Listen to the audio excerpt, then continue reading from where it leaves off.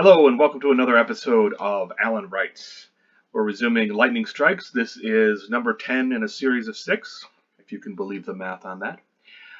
Here we go. We've got we've developed Kelly as our main protagonist in what turns out to be a romance with perhaps sci-fi elements. Not exactly sure yet how serious it is, other than the fact that her father was hit by lightning the same day that a lightning bolt tried to kill her and instead killed her car. We've had three different possible romantic leads. We've got the patrolman Haynes, who has something of a backstory with the fact that he's just a patrolman and not a corporal. There's also the coroner, who's Dr. What's he do? Dr. Connor, who's apparently, well, he can be a bit brusque and a bit cold, but he does have a soft touch when it matters. And he does not know how to spell fluorescent any better than I do. Then we have... Alright, and we stopped here when she could not quite go see her father's corpse, and instead they reduced to looking at the feet. My boss has cleared out and get back to other work. There was a murder up north and they're bringing it over soon. I want to concentrate on that. We'll do some good. And do some good. Not that your father, well, there's nothing I can do for him and not much more for you, he said. Well, alright, so they're at an emotional moment now. It's time for her to make a connection with with our good doctor here. Because if he's a romantic lead, she's got to have a good connection. She's got to have a reason to come back to him. The patrolman, Haynes, was sturdy and stable with her, and it was an acceptable thing. She felt comfortable in his presence. She felt like she could rely on him. And now she's time to make a connection with the doctor. Was it quick? She asked, and was astonished that she even said the painful words.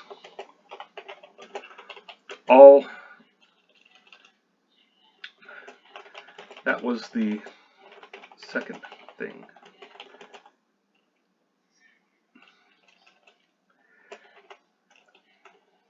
It was hard enough to hear her father died.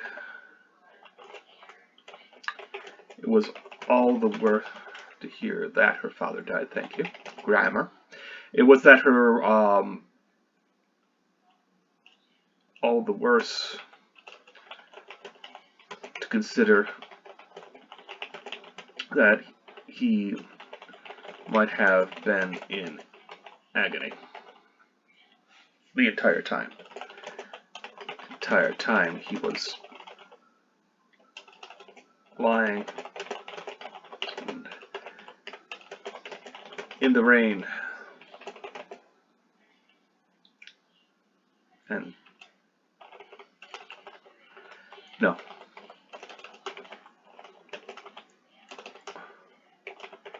And I'm going to drop the doctor here because this is an intimate moment, Connor said. There's no way he felt it. There's no way he felt it. There's no way he felt it. Maybe a tingle as it came. Maybe. After that, nothing. Like when her car was struck. Like when her car was struck. She thought. An instant, a whiteout. Sounds she only remembered rather than felt.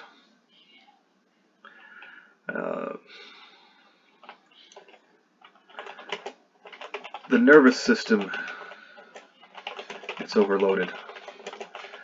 There is no time to feel pain, Connor went on.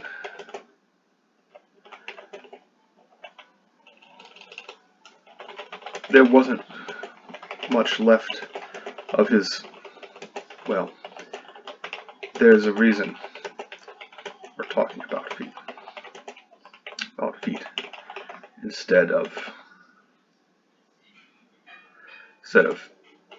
we're talking about his feet. I've been talking about tattoos and feet.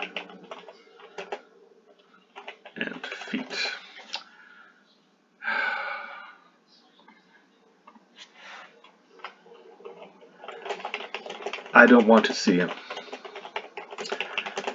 Not like that, she said.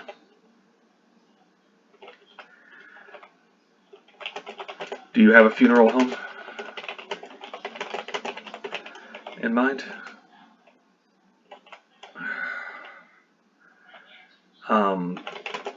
The patrolman said something about, and I don't remember what that was. Let's go back and look. The beauty of having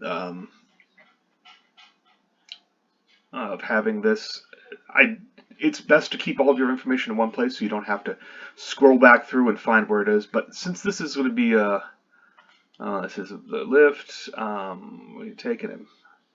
Kessler is where we're going to be taking him. Think about Kessler and Sons. Connor said. They're good people. Morticians to the bone. She looked at him and found there was an edge of a smile. Well, it was funny. A little. Thanks, she said. Anything else I need? Or can I go? Can I go? Anything else I need, or can I go? Oh, can go any time. Though, if you want his effects, you'll need to some paperwork.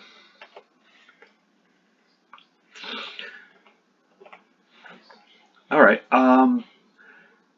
Well, I know where the next scene is going. We're going to go to Kessler and Sons. At Kessler and Sons, she's going to part with Patrolman Haynes, call a friend for a trip back. Yeah. Now that leads us with an interesting bit. Whoever she calls, let's make them the conspiracy theorist. That would be, call a friend for a trip back. A friend of her father's shows up and offers lift back, chance to talk, etc. Okay, so this is the conspiracy theorist who, though genial and interesting, has an ulterior motive. Yes, that's how you spell ulterior, everybody. Ulterior indeed. With an A and not a U. All good, all good. All right. Let's consider what's coming up. You'll need to fill out some paperwork. He helped with that.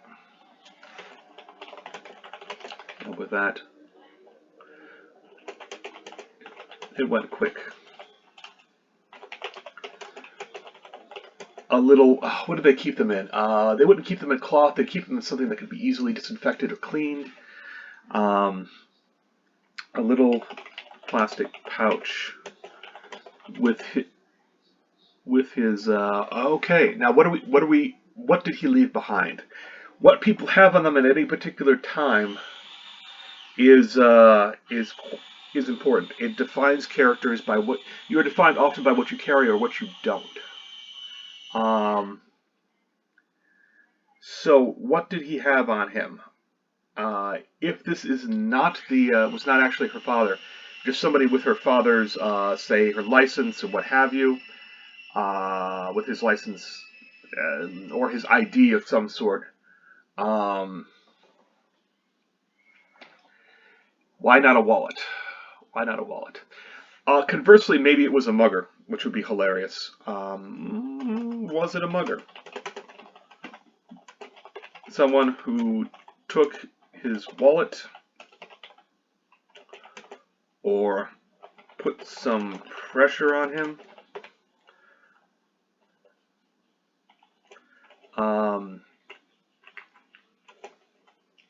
I don't know. That's a possibility. Again, your father is both, at this point, kind of a Schrodinger's character, both alive and dead for the purposes of the story. There are two branches, and whichever one we choose to have be the most interesting is the most interesting one will follow, no doubt. If he's alive, then he's got his own story to tell, and he'll be able to get in touch with her eventually, assuming he does, and we'll get his side of the story, which may reveal too much. Alternatively, there's a chance that he's just dead, and that this is a personal loss for her, and he will not be able to explain things. So, with a wallet and keys inside, or also breath mints.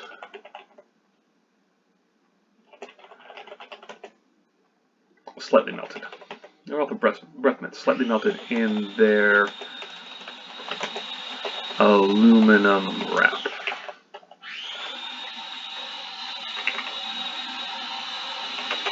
Black wallet and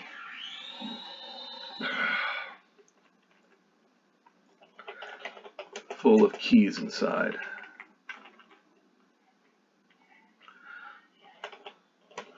The keys stuck to one another. The wallet was his. The driver's license. Yes, that's how you spell license, everybody. The driver's license removed.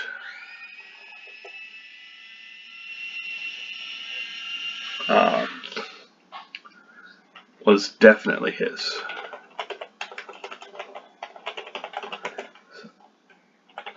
Though the driver's license had been removed. And fell out.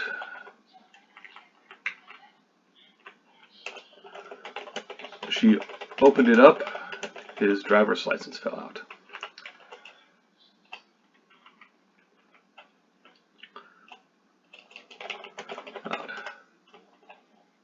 Sorry. Connor said.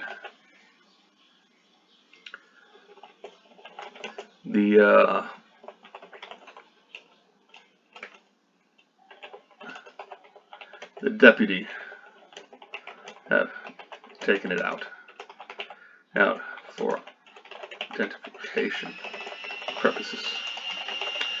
The deputy must have taken it out for identification purposes and not put it back.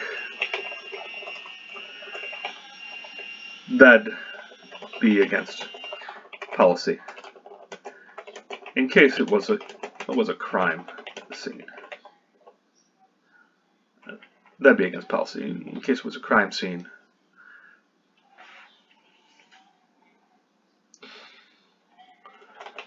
Whatever you move stays moved.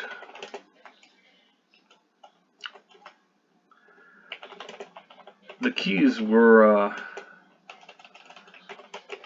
came out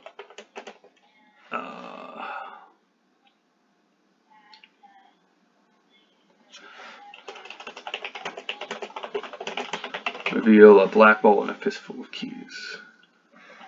Yeah.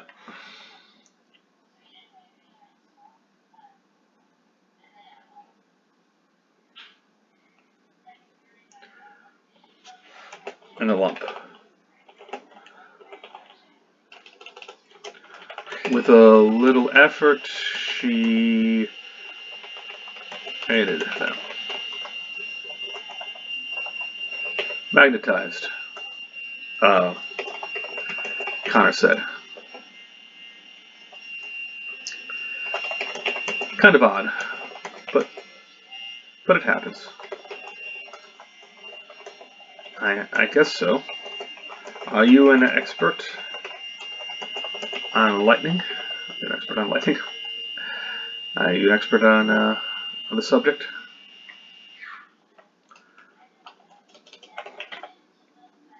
I guess so. Seen it often? Never. But there's been cases. The keys will demagnetize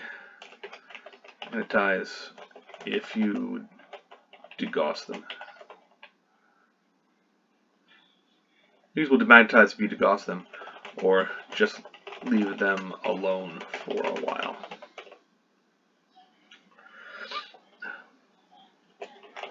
Alternately,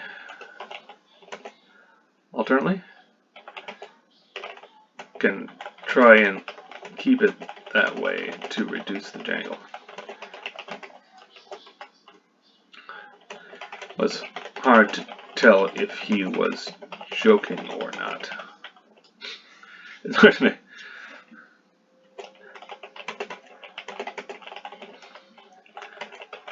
The breath mints were as bad as she expected.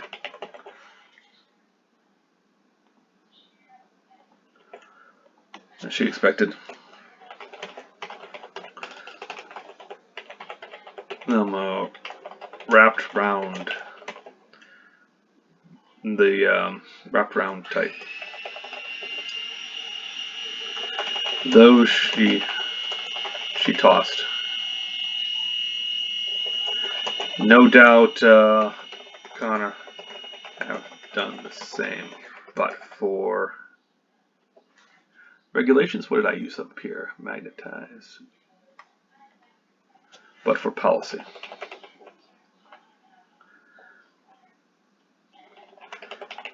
That's it. She asked. You expected more?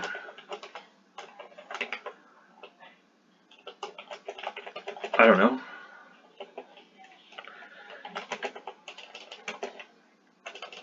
Phone? Connor blanked.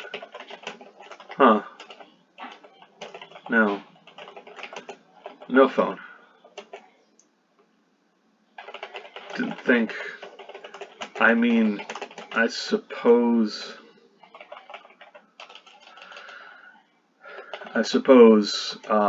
it went flying when.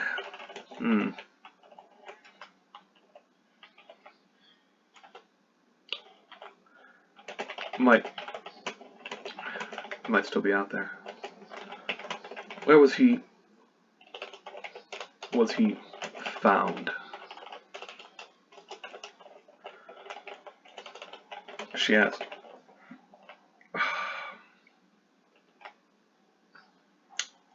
Oh, I need an area where he was found. Roadside, past the 67.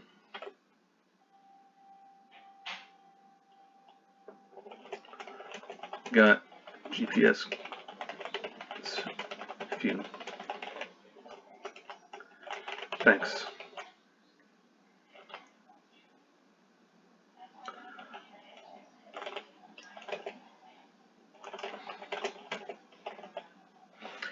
Oh, no,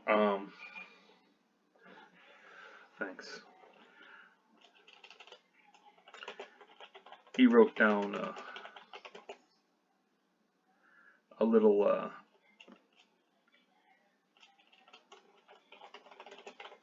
text you them. She shrugged. No, a phone either. I don't have a phone either. I don't have a phone.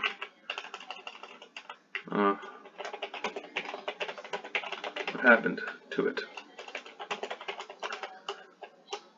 What happened to it? Why not? Why not? It got, went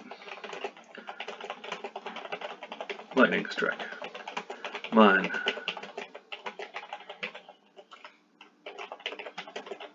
Stared at her.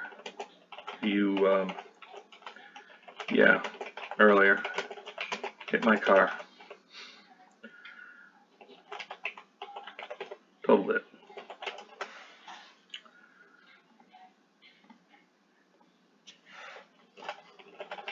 That's one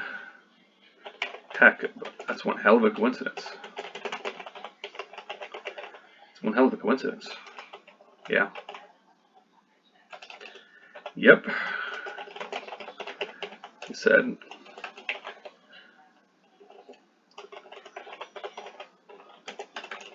Couldn't agree more. Okay. Okay. He replied, and spare sheet of filing form. Began to scribble on the back of it. Apparently he had the GPS memorized. Apparently he had the GPS. He began to scribble on the back of it.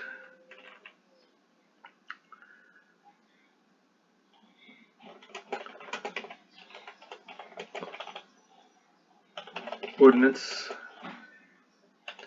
a contact number for a deputy, for the deputy who owned her father, and his own number. Not once did he consult. Not once did he consult any of the paperwork nearby.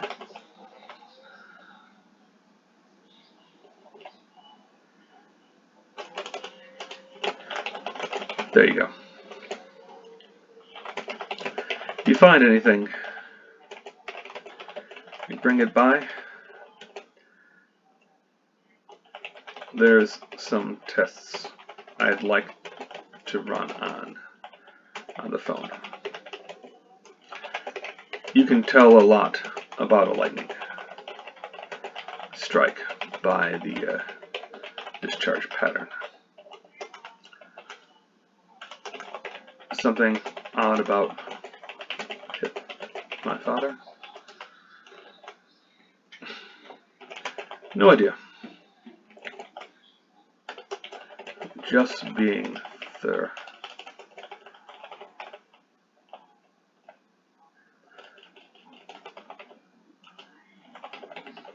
Just being thorough. Just being thorough. His phone chirped. He glanced down at the screen and sighed.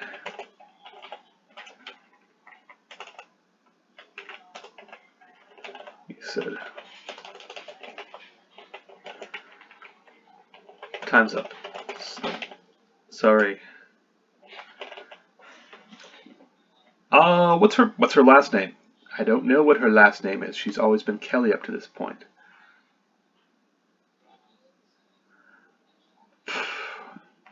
Yeah, I've really fleshed this out ahead of time. Miss I can't name her Morgendorfer. Um,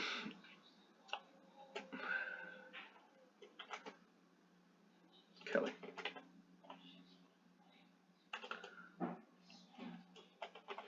Kelly. Sorry, Miss Kelly. Or prefer.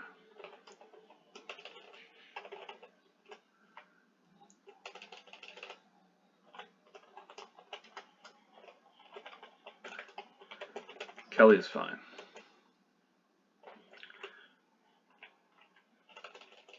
Miss, blah, blah, blah, blah. What do we want? Well, we're talking about lightning. Jupiter, Zeus. What's a good Russian name? Miss Zark. That's a villain name. No. No. Bad, Alan. Bad.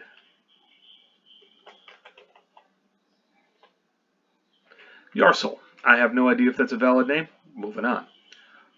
Kelly's fine.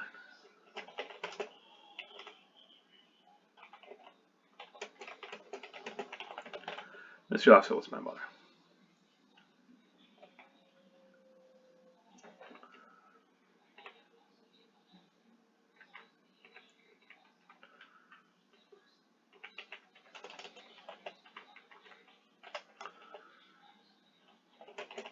Is she going to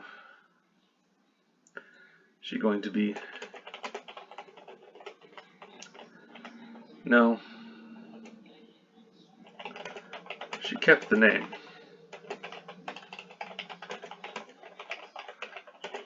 But that's it. That was it. She kept the name after the divorce, but that was it.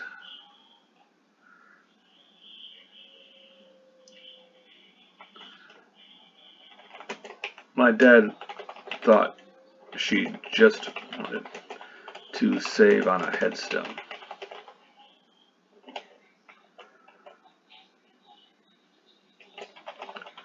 Began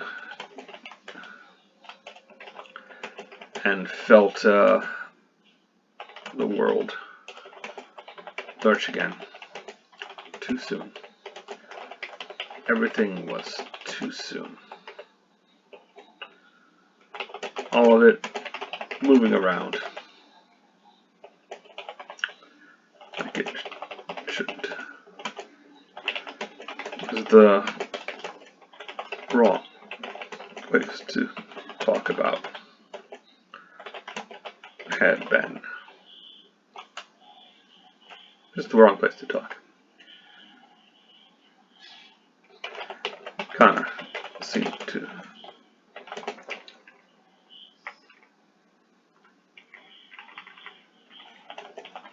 figure that out. Guided her at the door. Keep in touch, right? Right.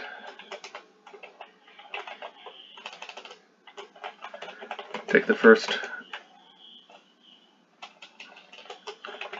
Head out. Take the first right. Up the stairs. Then left.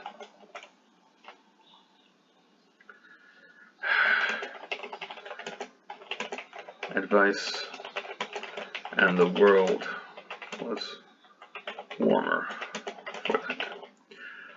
Okay, now from here she's going to, well, she's going to get that lift. Oh, I think we already started that. From Haynes to the funeral home. Then call a friend. Trip to packed site. Find that phone. This is a lot happening though. Oh geez. Because some of these things have to be done. Then again, there's no pressing need on the phone. Call a friend. The phone can wait. It's just a brick of plastic and metal now. We will have an eventual trip to the impact site. But that phone, it will be intact but unpowered. Or not find it at all, which is in itself suspicious. Because we're headed into suspicious territory with the conspiracy theorist. All right. So whereas all the others have been supportive or at least amiable, the conspiracy theorist is going to be amiable, but it has an ulterior motive. So this will be a change-up. This will be the third of her possible relationships. I'm pretty sure it won't work out with the conspiracy theorist, which will leave us just two, which is good because, you know, limiting the choices for her romance is all to the good in terms of focus. It allows us to explore her, what she wants from an imperfect situation, what she's willing to settle for, etc. But that will have to be for another time. This has been Alan Wrights. I hope you've been enjoying this little trip into creative territory where we're just trying to hack out a story in a first draft and then work on it later because that's how editing works. And on our second draft, we can figure out all the things that went wrong in the first one so that nobody will ever be able to know the difference. I hope you've had a good time. Thanks and have a good day.